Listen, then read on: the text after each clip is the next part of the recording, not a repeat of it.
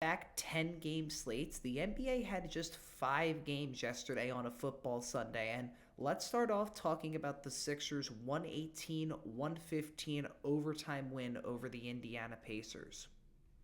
Really interesting game to say the least, especially down to the stretch of this game. Philadelphia started off strong about early in the first quarter. Midway through the second, they were hustling, they were getting offensive rebounds. It helped put them in front early, but Indiana ended the first half really strong, went on a run, took a lead into halftime. The Sixers, though, countered with some strong third quarter defense. Again, the hustle. It was one of the big keys to the game entirely for Philadelphia. They ended the night with 20 offensive rebounds, led to them getting about 13 more shots, and that was vital down the stretch for them. Tyrese Maxey finally started hitting his shots in the second half. It turned into a very back and forth fourth quarter, and down the stretch of this game, it got really funky. Caleb Martin hits a ball out of bounds. The Sixers challenge it, thinking that, oh, well, it's off the Indiana guy. But Caleb Martin fouled him, so instead they went to the line. The shot clock didn't work for a play. Nick Nurse was incensed. He actually got a technical, and even though Philadelphia took the lead, hit a few of their free throws, with 5 seconds left, Tyrese Halliburton chucks up a prayer where he kicks his legs out, one that just makes you think, what is he think? Oh, wait, went in. That's what he was thinking. Nice shot. Game goes to overtime. Philadelphia and Indiana again go back and forth. The Sixers jump out in front again. Their second chance is really helping them. And the Sixers play the foul game. They don't want to be hurt by it again. They foul, turns into a 1-point game. The Sixers then get fouled. They make one of their 2 free throws, go up 2 with 8 seconds left, and Caleb Martin, thinking the Sixers are up 3, decides, oh, I'm going to foul Tyrese Halliburton. Well, they're only up 2. Tyrese Halliburton has a chance to tie the game and misses the free throw, tries to intentionally miss the second, couldn't get it back. Sixers hold on. They make their free throws. They win a very, very funky game, 118-114. Quiet first half. Tyrese Maxey finally caught fire in the second half. The third quarter, he was starting to figure it out, and once the fourth quarter and overtime hit, he completely took this game over. He finished with 44 points, 4 rebounds, 4 assists. He took 32 shots, making 14 of them, and he went 5 of 17 from long distance. Through 3 games, I believe he has taken 86 shots, which is an impressive level of shot chucking. But when you win the team the game like he did last night, I don't think anybody's going to be complaining. Won the Sixers this game outside of Maxey's play was just their hustle and heart on the glass. They finished with 54 rebounds, 20 of them being on the offensive glass. They had 25 second chance points and had 14 more shots than the Pacers did because of that. They continued to just hound, and Indiana, did not really even attempt to box out on some of these. The ball sometimes just went directly to the Sixers, and this is something that had been an issue for Philadelphia in previous years, but 2 out of the 3 games so far this season, they have completely dominated the glass, which has to be really reassuring for my Sixers fans out there. Despite an all-around inefficient night from the Sixers offense, they were able to get the win. Guys like Caleb Martin, Kelly Oubre, they were in double figures, but they were really hustling more than anything. Both had inefficient nights, but were attacking the glass. We're running down the court. We're trying to attack the passing lanes, and the Sixers were doing a really good job at that. Eric Gordon had a solid night off the bench, had his first good game as a Sixer. Andre Drummond, he had a really good game, 9 points, 17 rebounds, neutralized Miles Turner really well. It was his best game of the season so far. Yabusele was attacking the glass. Lowry hit a few buckets. All around, a needed win for the Sixers, especially after their performance against the Raptors on Friday. 3 games in, and I'm not going to completely overreact, but I've been really disappointed with the way the Indiana Pacers have been playing so far this year. Their 3 wins have been a comeback win against the Detroit Pistons, getting absolutely blown out by the Knicks, and now losing to a Joel Embiid, Tyrese Maxey-less Philadelphia 76ers team. First few games of the year, they've just been playing some sloppy, low IQ basketball. They're getting completely hounded on the glass. They've been making stupid passes and bad turnovers, and overall, their star players just haven't been as good as Indiana has wanted them to be. Double-digit offensive rebounds in every single game they've played so far this year. Players in Siakam and Halliburton haven't been as good as Indiana would want them to be. It's early on in the season, and I think it'll change, but it's been a really bad start for them. Their star players had an interesting game. They had 39 points combined. Both of them did have pretty efficient games. Halliburton shot 8 of 18, 4 of 9 from 3. Siakam, he was very efficient, shooting 7 of 11, but both of them had a lot of issues during the game. I will say that. Siakam should have been a lot more aggressive, especially against the defense the Sixers were trying to play. Should have attacked the lane a lot more. Could have gotten a lot of more big buckets, especially down the stretch, but just didn't do that. And Halliburton only had 2 assists, which is very shocking for him. Also, he had his really high highs, hitting the game-tying shot to set it to overtime, but his really low lows as well, like missing those free throws. Overall, just a funky game for him. Quiet game for both Miles Turner and Benedict Mathurin, but outside of Mathurin, I will say the Pacers bench did have a solid game. Obi Toppin had a really strong night, 15 points, 22 minutes. TJ McConnell, he was in double figures against his former team, and Indiana is looking to rebound from this loss tonight against the Magic. They can come back, win the second half of this back-to-back, and all of their sins will be forgiven in the eyes of Pacers fans. The Sixers, they don't play again till Wednesday against Detroit. They're hoping that both Joel Embiid and Paul George will be back, and if this is the win that they get and the momentum they get with their 2-star players coming back, that'd be huge for them. About my team for so long, but next up we have the Portland Trail Blazers winning the second half of this baseball series, splitting it with the Pelicans winning the game 125-103. Strong start for New Orleans where they went up by 9 early in the first quarter. The Blazers quickly went on a run of their own, turned it into a back and forth first quarter, and then from the second quarter on had complete control of this game. They did a really strong job on both sides of the ball. A very, very all-around, well-rounded game for Portland. They got a lot of production out of a lot of different guys while also doing a really strong job guarding New Orleans' core players of Brandon Ingram and Zion Williamson, forcing both of them to really bad nights. Game in a row, Jeremy Grant led the Trailblazers in scoring. He had a strong game, 28 points, 5 rebounds, shot efficient from the field, went 9 of 17. Wasn't his best night from long distance, just going 2 of 7, but he was attacking the cup well. He was hitting his mid-range jumpers. Was a good game for him. For Anthony Simons, he also had a pretty strong night, 27 points, 6 assists, shot a little under 50% from the field, going 8 of 17, but he made half of his 3-pointers, going 5 of 10 from long distance. Strong game for him all around. Both of Portland's bigs also had good games. DeAndre Ayton, 17 and 12, strong on the glass, efficient from the field, 7 of 9, and the rookie Donovan Clingan played a really good game as well. 9 points, 9 rebounds, multiple blocks, 4 of 6 from the field. Was looking polished and strong on both ends of the ball. Had a few great blocks. Looking like a strong pick for the Portland Trailblazers early on. Other guy I was really impressed with for the Blazers was Toonami Camara. He was in double figures, 12 points, 3 rebounds, had a few assists, was efficient from the field, going 5 of 8, made 2 of his 3 threes, and was doing a great job on the defensive side of the ball. So even though both Denny Advia and Scoot Henderson both had quiet, inefficient nights, the Blazers were able to pick up for it and win this game in blowout fashion. One of the big reasons that the Pelicans lost this game was that they just did not get good play from their star players of Brandon Ingram and Zion Williamson. B.I. actually started off strong. He had 8 points in the first quarter, but Throughout the next 3 quarters, he had 6 points in total. He finished the night with 14, 8, and 6.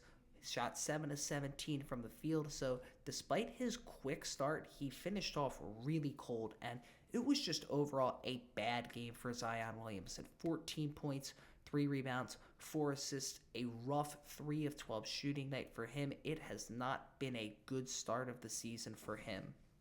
The reason the Pelicans lost this game is that they were getting absolutely crushed on the defensive glass. The Pelicans had just 24 defensive rebounds compared to 22 Trailblazers offensive rebounds. And honestly, they're lucky that Portland only scored a 25 second chance points, because it should have been way more, and it honestly should have led to the Trailblazers winning by even more points. It was just overall not a good game for New Orleans, but I will give credit. CJ McCollum, he did have a pretty strong game, 27 points, few rebounds, 10 of 21 from the field. Jordan Hawkins, he's looked good to start the year. He had 17 points again. Herb Jones, he was in double figures. He had his moments. He shot 5 of 7 from the field. It wasn't all bad for New Orleans. Actually, outside of BI and Zion and the rebounding, they weren't that terrible, but it's just a game that you do not want to lose, especially against a team that,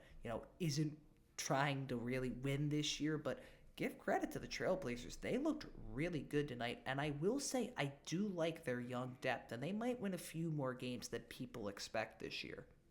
Play again tonight, where they will be in Sacramento, and funnily enough, Portland is going from a baseball series to another baseball series. They take on the Warriors in the first of 2 games on Tuesday night. The Brooklyn Nets pulling off an upset win, winning 115-102 over the Milwaukee Bucks, who have now suffered back-to-back losses against teams that might not even make the play-in this year. 3 quarters of this game, it was really close. Neither team really seemed to gain an edge or lose an edge at any point. It was close. At most, I think it was like 3 possessions. Neither team really was ever up double digits. It was close, back and forth, tight-knit. Neither team could really gain an edge. Giannis and the bigs were playing well for Milwaukee. The guards were playing well for Brooklyn. And in the fourth quarter, the Nets finally pulled away, did great on both sides of the ball. They went on a 27-9 run from a minute left in the third quarter to 5:21 left in the fourth quarter. That run put them up big. They stayed ahead, got the win. Milwaukee goes on a little fake 11-0 run to make it a little closer in the final score, because the Nets completely dominated that final frame on both ends, doing a great job on the defensive side of the ball as well as scoring at will. Great win for them. Milwaukee, once again, they're another team that has been off to a very rocky start this year in the Central Division, falling to 1-2. That the Nets won this game, like I said earlier, was their phenomenal play from their guards. Dennis Schroeder and Cam Thomas were magnificent, and I want to give credit to Cam Thomas, because in the past I really have been a naysayer of his, but he's been phenomenal through the first 3 games of the season. He's been great. Efficient, which I've been very impressed with. I am shocked at how efficient he has been through the first 3 games of the season. He finishes with 32 points, 5 rebounds, a few assists, 10 of 21 from the field. Even though that 3 wasn't falling, going just 2 of 8 from downtown, he did a great job at attacking the cup, going into the lane, being faster than both of Milwaukee's guards of not Giannis, I don't think he's a guard, of both Gary Trent Jr. and Damian Lillard. And Dennis Schroeder did a similar thing. He was making some strong passes. He was scoring well. He had 29 points, 4 rebounds, 6 assists, goes 8 of 15 from the field, 5 of 8 from long distance. Nick Claxton, he had a solid game as well. He on a minutes restriction still. Double figures, 10 points, 11 rebounds, a few blocks, a very efficient 5 of 6 night from him. Strong win all around for the Nets. They were propelled by their guard play. They rallied around them. They fought hard, and they got a really good win against a much more talented team. I got to admit, I'm going to give them a lot of praise. This was a win that I totally did not expect them to have, especially after Milwaukee came off that loss against the Bulls. But they came in hungry, they came in ready, and they got this phenomenal win that should definitely boost their morale. Really going to talk about the game for Brooklyn. I'm just going to go off on a little tangent, so forgive me. Because Bucks fans, this is my warning to you. You're not going to do anything with this team this year. I try not to overreact, especially because it's 3 games into the season, but if this is the roster you're going to try and trot out for the rest of the season, you're in for a long, long, long season. Firstly, your guard defense just is not good enough. The only reason they were able to contain Tyrese Maxey on opening night was because Philadelphia's spacing and shooting was so terrible in that game, and it left Brook Lopez able to play and drop coverage and just patrol under the basket, which, hey, did a great job with it, but you're not going to be able to do that every night. The Bulls showed that. The Nets showed that.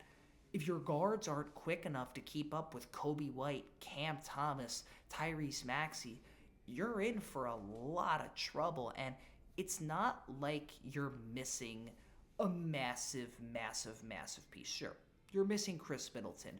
Do I think missing Chris Middleton makes you lose to the Brooklyn Nets? No. If you can't beat the Brooklyn Nets with Giannis and Dame, you have issues. No. If you don't have Giannis and Dame, you should beat the Chicago Bulls at home. But they haven't. They've been playing down to competition. The only reason they beat Philadelphia was because the Sixers shot so abhorrently poorly and Dame completely took over that game for an 18-minute stretch. That doesn't happen. The Sixers win that game pretty clearly, and they didn't even have Embiid or PG.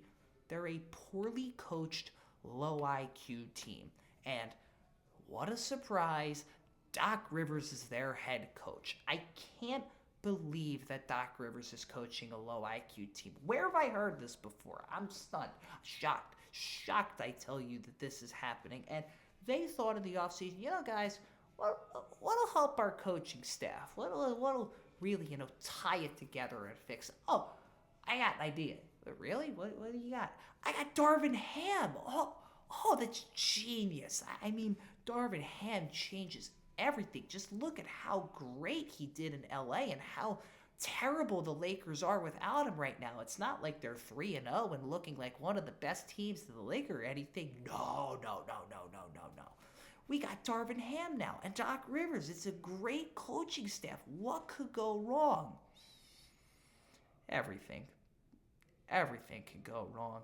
And I feel bad for Giannis. I really do. He's still a top 3-4 player in the league, and this is going to be another career year of his completely thrown out of the bridge. And I know this is the guy that Giannis wanted, so he's kind of reaping what he sows, but still, this team should be doing so much more. They should be so much better than they are and how they're looking.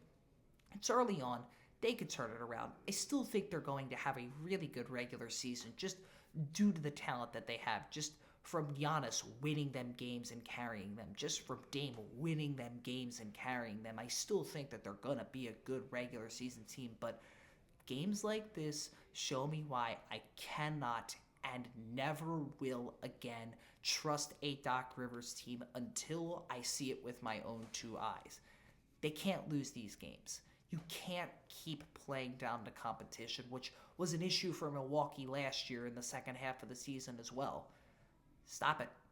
You got to win these games, especially since the Eastern Conference standings are going to be really close this year. Be better, Milwaukee, because if not, you're going to be fighting for a 6, 7, 5 seed, and you're going to like it. It's over. It's over. We could go back to our previously scheduled programming. Milwaukee plays again tonight against the Celtics, and the Nets play again Tuesday against the Nuggets. City Thunder continue to play great basketball, starting the season off 3-0 after winning 128-104 over the Atlanta Hawks. Credit to the Hawks, this game was much closer than the score indicates. With 9.5 minutes left, it was a 93-92. The Hawks had a double-digit lead at one point in the first half as well. They were up 10 with about 2.5 minutes left in the first half, particularly helped by a 9-0 run about midway through the second quarter. But at the end of the first half, the Thunder started off what was a run that they continued into the start of the second half. It was a 22-6 run. They did a great job, and the Hawks were able to alleviate that, though. They were able to stay in the game, stop the bleeding right there. They were, once again, in it, like I said, with 9.5 minutes left, but finally the wheels came burning and crashing down for them. Oklahoma City catches fire. They go on a 29-8 run. They dominate on both sides of the ball, and they get a well-deserved win.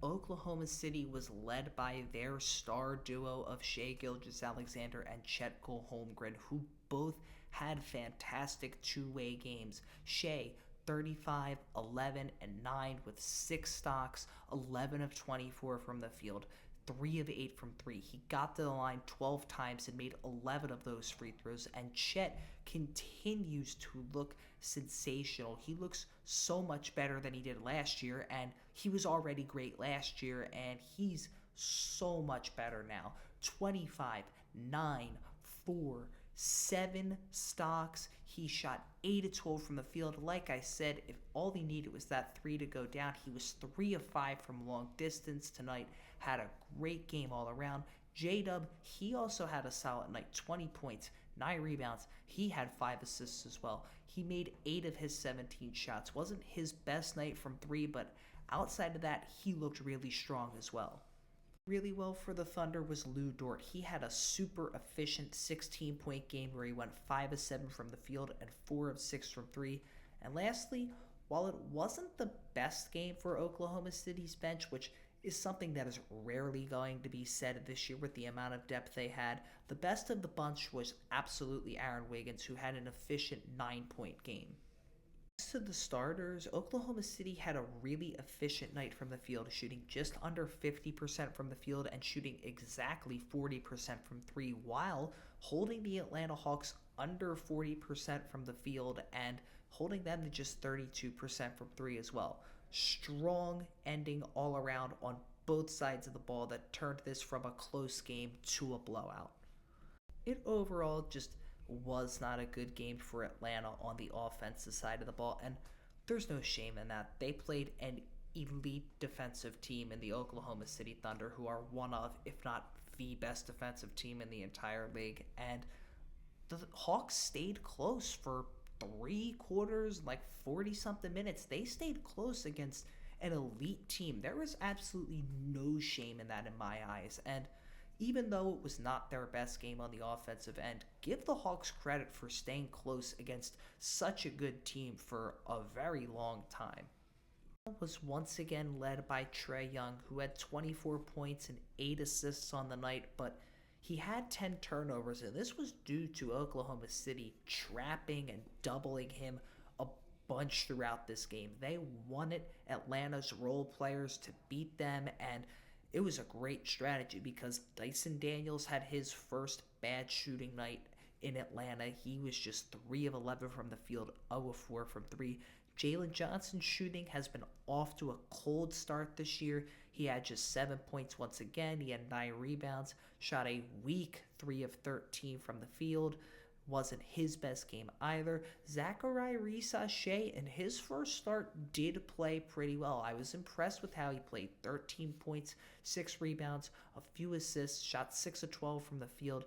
Didn't hit either of his 2 threes, but I was impressed with his defense as well. He's great at just going through screens and fighting and navigating around them. Is one thing I was really impressed with when watching. Another guy who was pretty strong, David Roddy off the bench. 19 minutes, 10 points, 10 points, 5 rebounds. It'd be cool if he had 10 points and then 5 points as well. 10 points, 5 rebounds, 3 assists, shot 80% for the field. Was a solid game for him. Garrison Matthews was also in double figures, but it just was not enough.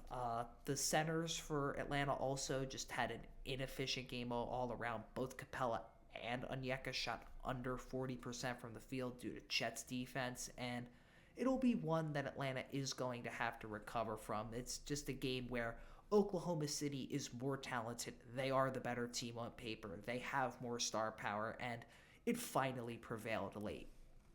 Don't play again till Wednesday, where they take on San Antonio, and Atlanta actually heads back home tonight for a game against the Washington Wizards. We have the Clippers winning both games of their back-to-back, beating the Golden State Warriors 112 to 104.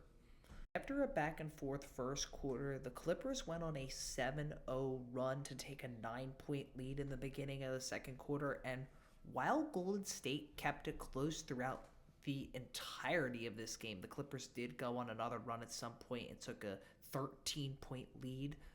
It was close at a lot of different points in this game, including down the stretch, Golden State coming back and making this a 3-point game.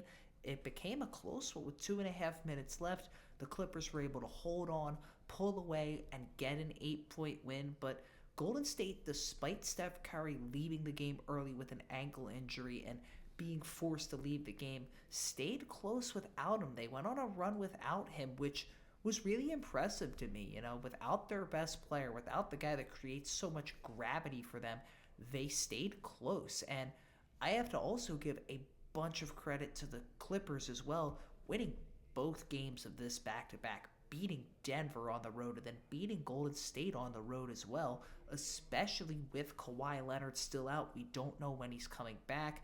Give credit to the Clippers' depth. They have stepped up and done a sensational job to start this year so far.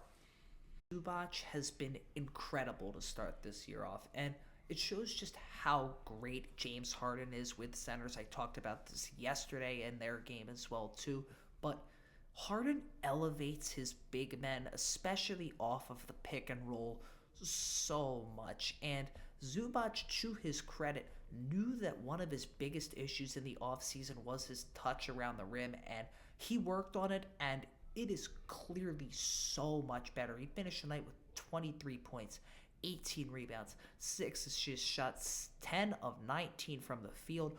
Overall, fantastic game for him for the second night in a row. It may have not been the most efficient game for James Harden. He was just 6 of 19 from the field, 2 of 12 from long distance, but he made all 9 of his free throws. He had 23 points. He had 7 rebounds. He had 11 assists. He opened up the offense so much, even with his scoring not being there tonight. Besides, the box score, they say he was 6 of 19. People are going to probably think that that was a bad game, but he played pretty well overall in my eyes. Derrick Jones Jr., he was another guy that had a really good game for the Clippers. 18 points, 70% shooting, playing strong defense, creating havoc, and just using his athleticism to look like a really strong pickup for the Clippers so far this season. And him with Chris Dunn on the court together was just chaos. Chris Dunn in his 28 minutes, 6 points, 9 rebounds, 4 assists, 4 steals, incredible defense, was a team high plus 20 because of that. And another guy that had a strong game for the Clippers is Norman Powell. He had another 20-point night. He was 8 of 15 off the bench. He was the man that said, addition by subtraction with Paul George gone, we need our role players to step up, and they have done exactly that for the first few games of the season. Curry got hurt. He was having his best game of the year so far. He had 18 points, 4 rebounds, 6 assists in 26 minutes, going 6 of 11 from the field, 4 of 7 from 3. It was his best shooting night by far. He did have 6 turnovers, and the Clippers were hounding him just like the Thunder were hounding Trae Young. It was kind of a similar just attack strategy, but Curry was playing well before that. Another guy that has played really well for the Warriors and is off to a great start this season is Andrew Wiggins. He had 29 points on 11 of 15 shooting. Overall, had a really great night on the offensive side of the ball. Kevon Looney, he had a double-double. Kuminga wasn't his best game. 12 points, shot just 4 of 10, is 1 of 6 from 3. He's been cold to start the year. Buddy Hield didn't have that good of a game.